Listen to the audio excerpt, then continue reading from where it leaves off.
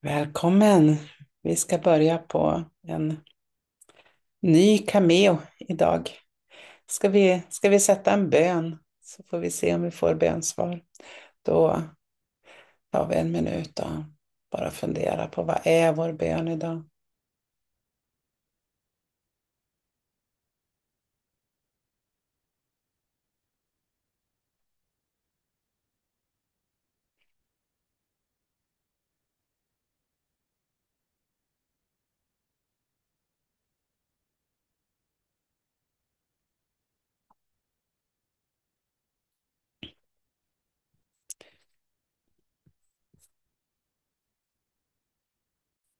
Och den cameo vi ska börja läsa är cameo 20. The undivided mind. Ska jag flytta den där så att jag ser?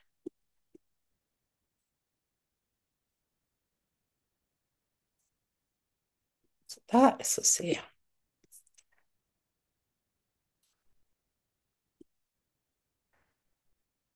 By chapter 8 in the text, the course has more or less settled into its eventual form. Its teaching discourses are continuous, no longer being interrupted by frequent forays into Helen and Bill's personal lives. However, Helen did still receive occasional personal messages. Below are two that came on June 13 and 14, 1966, a time that falls around the end of chapter 8. We know about these only from Ken Wapnick's Absence of Felicity, which states that Helen wrote down on loose sheets two short messages that were never transcribed. The first is about Bill. Bill does not know his wholeness. He believes that there is a central core of himself which is invulnerable, but he does not include all of himself in it. His is a particular self-concept now, because he is shifting his belief about himself, but has not yet done so completely. As a result, he believes that degrees of invulnerability, he believes in degrees of invulnerability, a concept which does not really mean anything. Invulnerability is the opposite of vulnerability and is total. He once thought he was totally vulnerable. He now thinks he is partially invulnerable and partly vulnerable. This has limited his anxiety greatly, but has not yet gotten rid of it. This is ultimately because of his persistent belief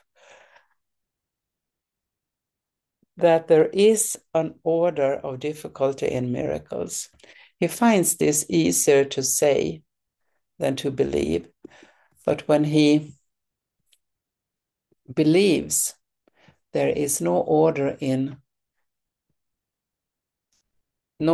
of difficulty in following everything I teach, he will include all of himself in my teaching. Before the course, Bill used to believe that he was totally vulnerable, which was the source of his considerable anxiety. Now, however, he has partly internalized the course's teaching that he is invulnerable, which has partly, but only partially, eliminated his anxiety. He is thus suspended between the two concepts, believing he has a central core, which is indestructible, surrounded by the rest of him, which is not. This may seem like a reasonable synthesis, but it is logically impossible. Being opposites, vulnerability and invulnerability are mutually exclusive.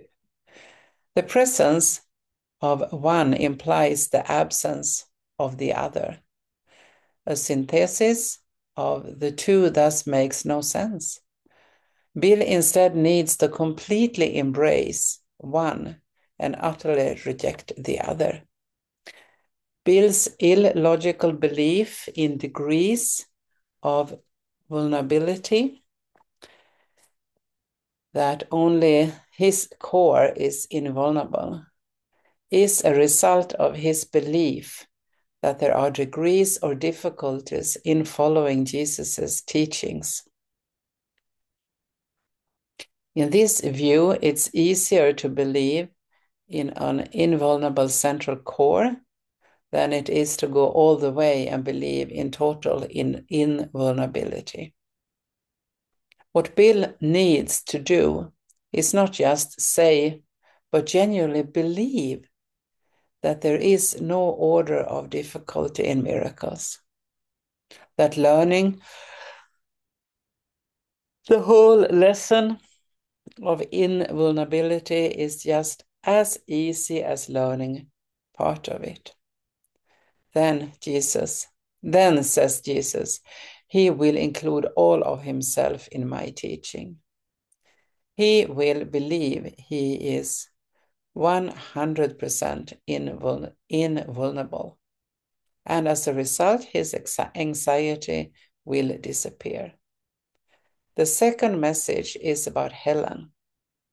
There is something very wrong with Helen, to which Bill is reacting badly because it bothers him too. The something is really nothing. And I would not dwell on what it is as much as how to get over it. There has been a sharp rise in competition, which is really only an attempt to project one side of the internal conflict on practically any external situation she sees. This is regressive because it is a return to an earlier form of solving the problem. We don't know what the specific situation is here. And the message is so brief that it seems to end prematurely before getting to a solution and a satisfying conclusion, as Bill's message does. But we can piece enough together to see Jesus' point. Helen has been upset, and this in turn is upsetting Bill. Something is wrong with her, but Jesus does not want to make it real. So he says there is something. The something is really nothing, and urges her to dwell not on the problem, but on its solution. The next paragraph describes what is wrong. Helen has gone back to being more competitive again. This appears to be the battle between her and other people. But in truth, it is just the projection of a battle within herself, a split between her ego and her spirit. When Jesus says that she projects one side of the internal conflict, this refers to the ego side. The appeal of the projecting her ego onto others is what appears to solve the problem of her ego. Now, its menacing presence is not lodged with her, splitting her painfully down the middle. No, it's safely outside of her where she can do righteous battle with it by justing with others. Jesus says that her competitiveness is actually only an attempt to project in this way. In his words, there has been a sharp rise in competition, which is really only an attempt to project one side of the eternal conflict on practically any external situation she sees. This seems to mean that if Helen can see her ego outside herself and then defeat it out there, that seems to prove that it really is out there. Now she has vanquished the external dragon. She can look within and tell herself that there is nothing there but unity and purity. Yet, of course, this does not solve the internal conflict at all. The dragon is still within her. Her mind is still torn between the two opposing sides. With the aid of Jesus' teachings, she had formally realized that the way out is to resolve the split within, to genuinely abandon the ego, not merely throw it outside. But now she has fallen back into old patterns. She has regressed. She needs to recognize this, but not energize it. Rather than letting the split define her, she can realize that it is really nothing. It is not real. And rather than gazing in grief on her regression, she can now get over it and resume her journey towards egoless unity within herself. Interestingly, despite the surface differences between these messages for Bill and Helen, they end up being about the same general thing. Both of their minds contain an unworkable combination of two opposing principles, and both of them need to not settle there, but rather to push forward and apply Jesus' teachings toward the way out, towards the goal of an undivided mind.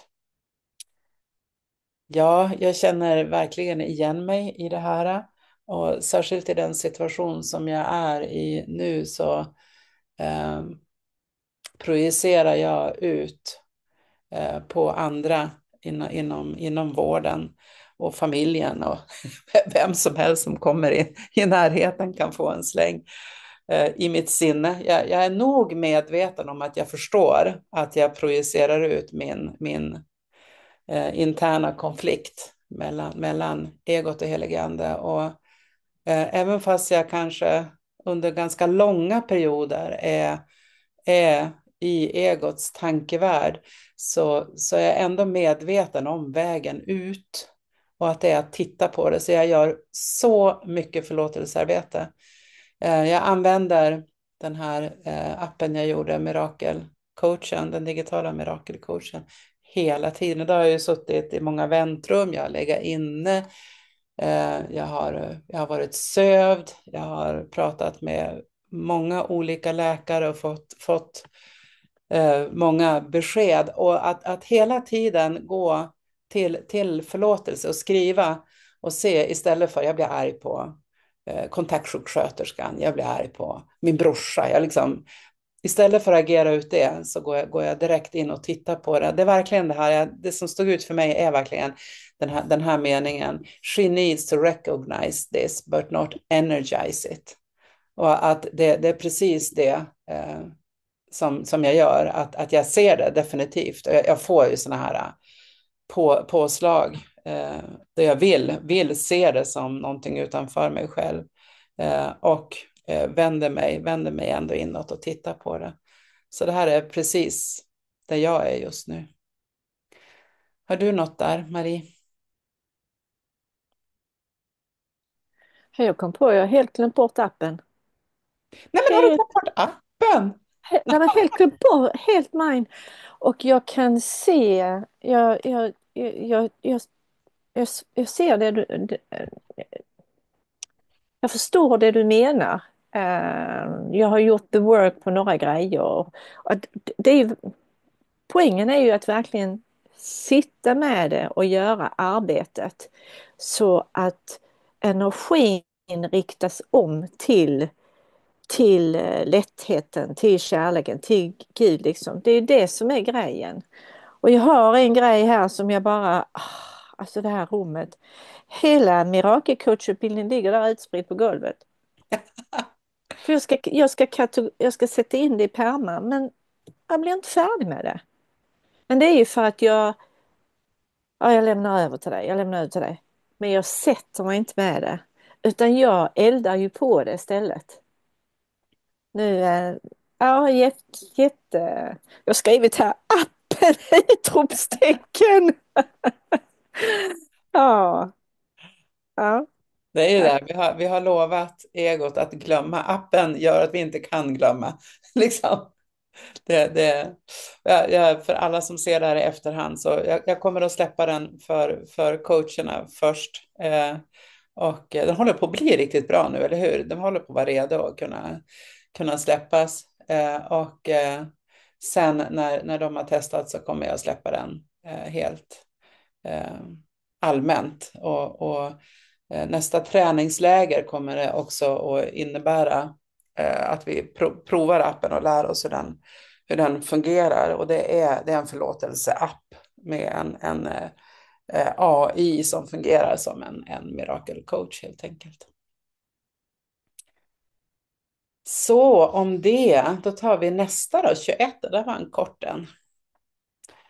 You do not realize how much you hate each other. The journey into fear, chapter 12, section 3, was originally a discourse given to Helen and Bill about their relationship.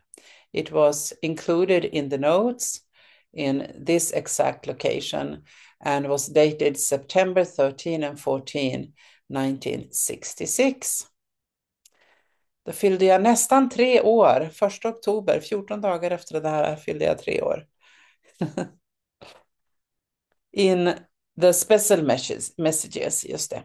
In the first printings of the complete and annotated edition, we included this message only here in Cameo 21. However, we gradually became aware that this message, in addition to being personally addressed to the course's scribes, also acts like part of the flow of the teachings in chapter 12. We say this because it not only contains 3 references to sections that precede it, but also provides the conceptual foundation for the section that follows it. As this title suggests, that section is all about looking at the cause of fear.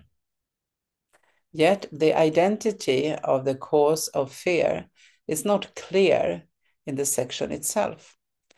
The identity of the cause, however, is abundantly clear in this special message, looking at the cause of fear. Then appears to assume and rest on the presence of the discourse. Further, there is a sentence at the beginning of the fear of redemption in chapter 13 that refers specifically and solely to this message. You may wonder why it is so crucial that you look upon your hatred and realize its full extent.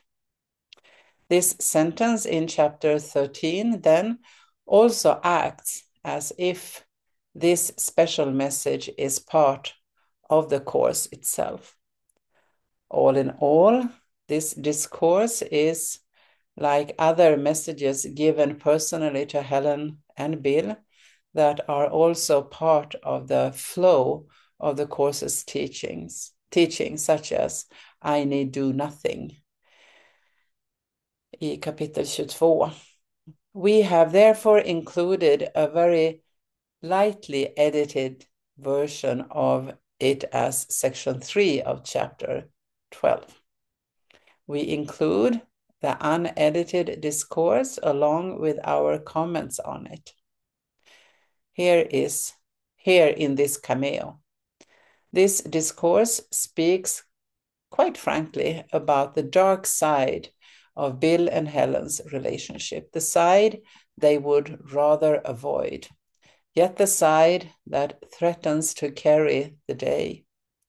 It is the kind of relationship concealed that so many relationships could no doubt benefit from, yet is perhaps the most daunting to accept and carry out. You have no idea of the intensity of your wish to get rid of each other. This does not mean that you are not strongly impelled toward each other, but it does mean that love is not your only emotion, because your love has become more in awareness. The conflict can no longer be settled by your previous attempts to minimize the fear. The love makes attack untenable, but you still feel the fear. Instead of trying to resolve this directly, you have a strong tendency to try to escape from the love. Yet this is the last thing you would want to escape from. And even if you did, you can escape from everything else, but not from this. Be glad indeed that there is no escape from salvation. Jag måste kolla vad det där betyder. Untenable is the second studioalbum med ett popband. Ohållbar, här är det. Okej, the love makes attack.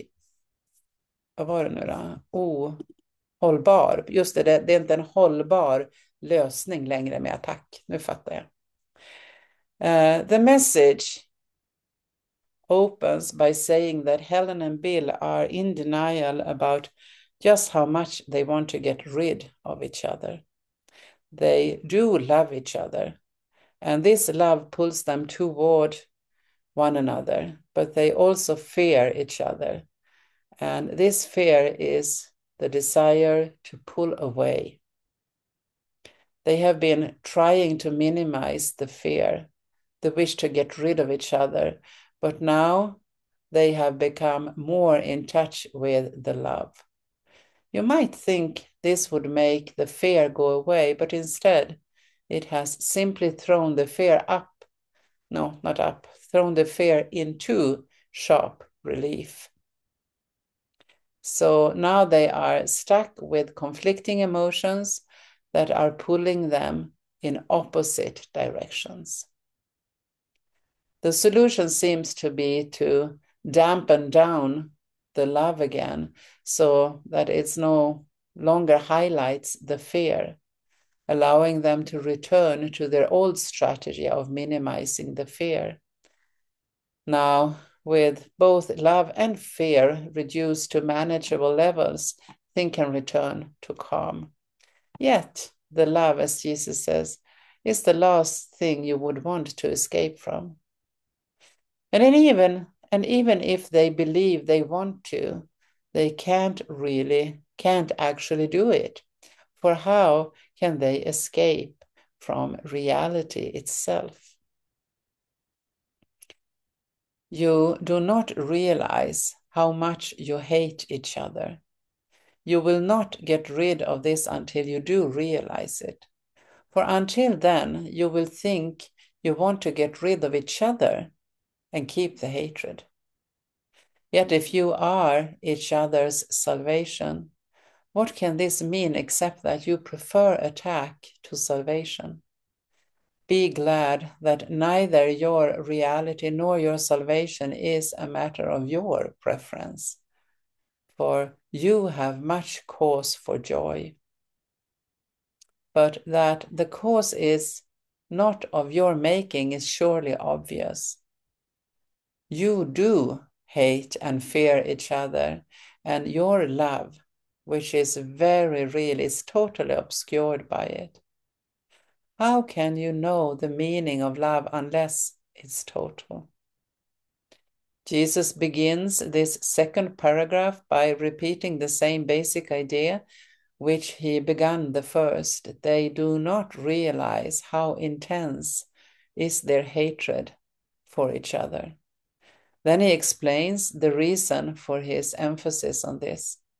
The only way they can get rid of the hatred is to first recognize its full extent. Only then will they just see how ugly it is. And only then will they understand that the hatred itself is the problem.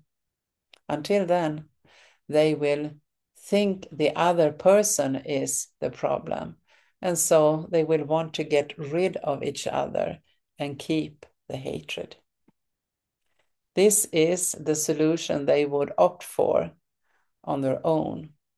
Each of them would throw the other under the bus, leaving both of them with their hatred as their only friend. Thankfully, however, their preferences do not control reality. And the reality is that they have much cause for joy. For in the person right in front of them stands their salvation. And shining right below their hatred and their fear is a love that rather than being weak and unsure is real and total. Uncovering such a love would be their greatest happiness, and that is why they should be so motivated to let go of everything that obscures it. This will be a very difficult period for you, but it will not be so for long. You are in danger, but you will be helped, and nothing will happen. But you cannot remain in darkness, and this will be the way out. Look as calmly as you can upon your hatred. For if we are to deny the denial of truth, we must first recognize what we are denying. Remember that knowledge precedes denial, and that the separation was a descent from magnitude to littleness. And so the way back is to retrace the way to magnitude. The reason this will be a very difficult period is that they need to face their hatred. And while they are pondering whether to do that or not, this same hatred will be masquerading as objective truth and trying to drive them apart and perhaps even end their relationship, which seems implied by you are in danger, but nothing will happen. They need to look at their hatred before they deny it, because rejecting something is only meaningful if you know exactly what you are rejecting. Otherwise, that rejection is an arrow shot in the dark that will surely miss its target. Logically speaking, you have to know something before you can deny it. In the separation, we deny the magnitude that we initially knew, thus reducing ourselves to a state of littleness. Now we need to go the other way. We need to fully know our hatred, the source of our littleness, so we can deny it and thus return to magnitude. In looking at our hatred, though, we need to do it so as calmly as you can, for by treating the hatred as too inconsequential to provoke a serious reaction. Jag tar om den. For by treating the hatred as too inconsequential to provoke a serious reaction, this calmness contains the seed of letting go. Your hatred is not real, but it is real to you. It hides what you really want. Surely you are willing to look upon what you do not want without fear, even if it frightens you. If you can thereby get rid of it. For you cannot escape salvation, and you will not escape fear until you want salvation. Be not afraid of this journey into fear, for it is not your destination. And we will walk through it in safety, for peace is not far, and you will be led in its light. The final paragraph is a plea for Bill and Helen to act on what has been the main point of the entire message.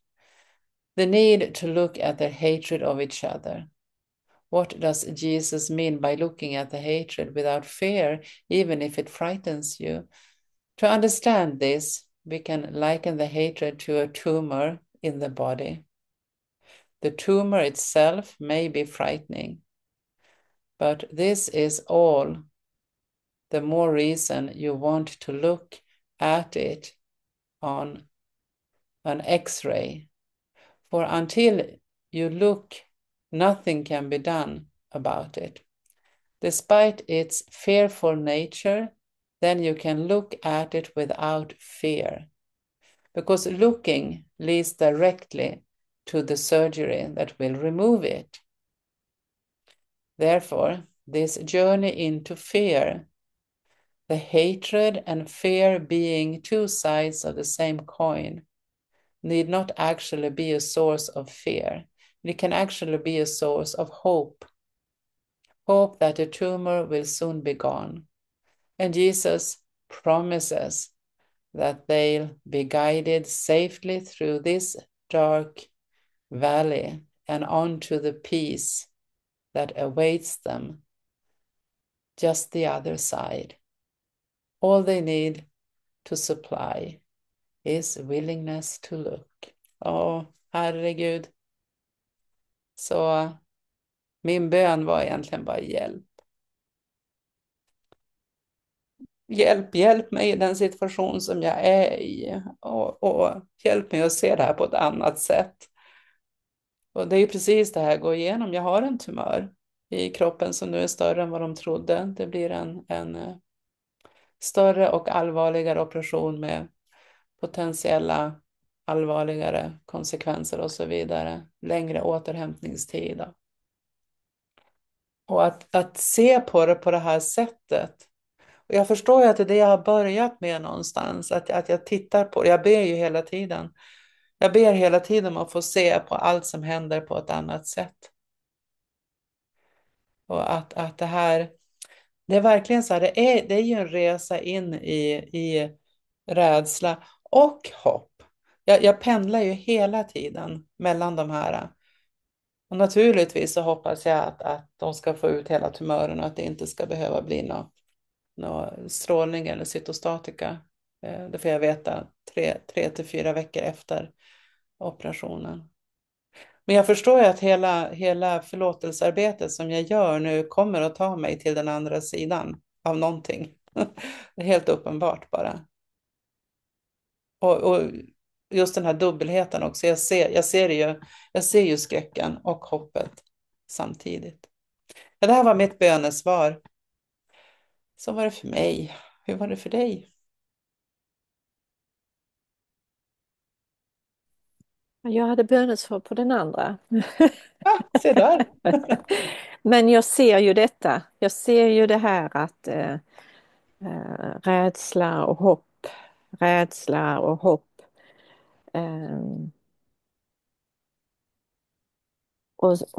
Och rädsla och vad jag är utan tanken som jag hade. Alltså hela den här biten. Så jag ser ju det.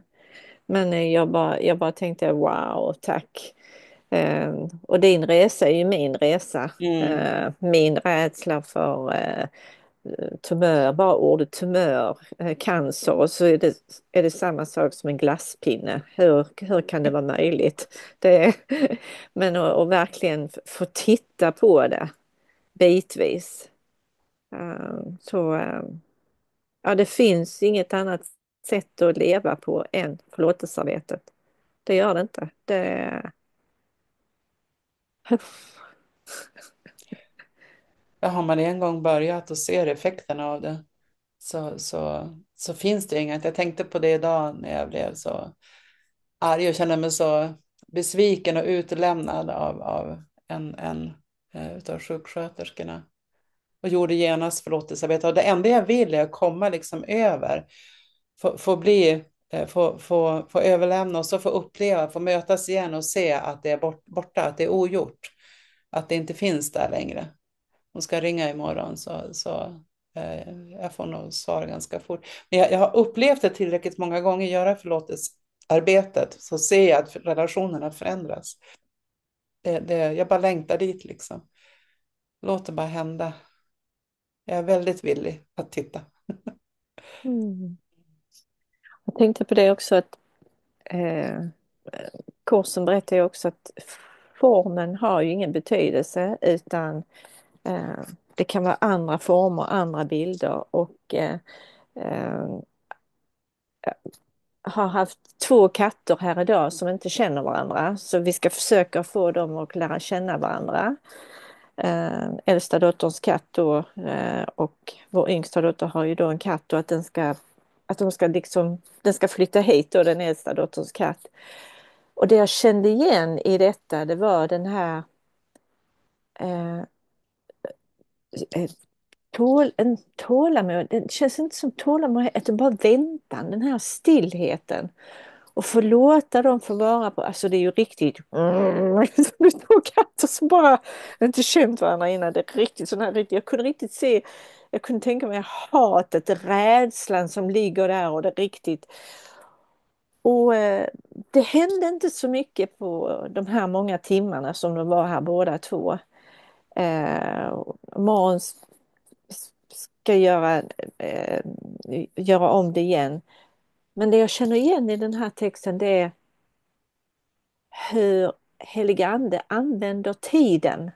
Den blir mer närvaron och låta allting vara precis som det är. Men den här närvaron. Och sen så kom det ju till mig, så kom det bara ja men googla lite. Googla om 2 katter. Ja, men det kan jag göra.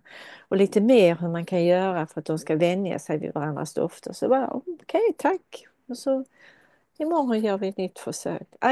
Men det var just det här, väntan, tiden. Jättespännande. Ja, tack. Tack för det. Jag tänker att vi inte börjar läsa på den här, att vi tar hela den här nästa gång helt enkelt. Och det blir nog inget nästa. Jag blir kvar längre på sjukhuset också.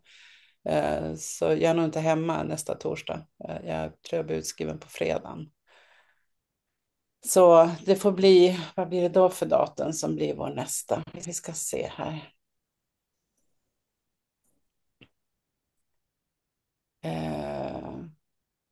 Precis, då blir det den 17:e blir det nog. Det är skärtorsdagen. Jag är på att läsa. Är du på? Eller firar ni skärtorsdag kanske på något sätt? Nej, Då kör vi då. ja. The return of his will blir det på skärtorsdagen. Ja, Det låter härligt. precis. Är det inte då man tar kvastarna och åker iväg enligt storyn? Jag har ingen Påsk. aning. Nej. Men jag bara ser the will, så tar vi kvastarna och flyger iväg. Jajamän. Blåkulla. Skulle det bli annorlunda så det är vi det då helt enkelt. Ja. Tar du med dig från idag? Jag tar med mig just den här väntan, den här tiden och hur heliga ande använder att inte hade mäktigt, mäktigt. Och sen tar jag med mig att jag fick bönesvar. Hjälp mig att se oredan på det här rummet. Och det fick jag ju. Att Ja. inte att göra med appen kom tillbaka nu. Jag kan göra det med appen. Och att inte bara jag förlåter mig själv. Du vet, utan då sätter jag eld mer på det. Mm. Så det var fint, jag fick bönesvar. Jag trodde inte jag skulle få bönesvar. Ja, men det kan jag ju inte skriva. Jo, tack. Mm. Tack, jag tar också med mig bönesvar. Det är nästan obehagligt hur precis bönesvaret är. Verkligen, jag känner mig verkligen så välhållen av helig ande genom allt det här. Jag förstår att det är inte någon skillnad liksom på tumör och glasspinne, men undervisningen är för mig mycket mer intensiv med tumör än med glasspinne. Men jag förstår att illusion är illusion, men oj, vilken superfart det är. Jag märker att jag blir ju klarare, förlåtelsearbetet gör mig både snabbare och klarare. Så jag är väldigt nyfiken på att se vad som kommer att komma ur det här, hur helige ande vill använda mig när jag har gjort det här jobbet. Det blir spännande. Tusen tack! Vi ses om en stund. Gör vi. Tack så Ja, mycket. hej Hej. hej!